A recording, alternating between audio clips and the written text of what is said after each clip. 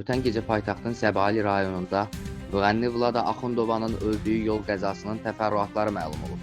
Qafqaz.info-azın əldə etdiyi məlumata görə, hadisə vaxtı Axundova piyada deyil, yol kənarında dayanmış avtomobilin içərisində imiş. Belə ki, saat 21 radələrində Yeni Salyan yolu 20-nin qarşısında Dövlət Bayraq Meydanının yanı 2002-ci il təvəllüdlü Seyfulla Yusufoğlu Mehdizadənin idarə etdiyi Hyundai Elantra markalı 77 SJ 148 dövlət qeydiyyat nişanlı avtomobillə yolun kənarında dayanmış və Sadiq İsaqova məxsus Toyota markalı 01CH 477 nömrəli avtomobili arxadan vurub.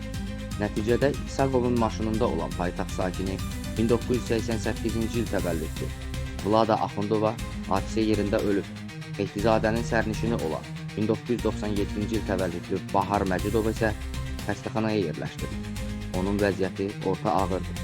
Faktla bağlı araşdırma davam edilir.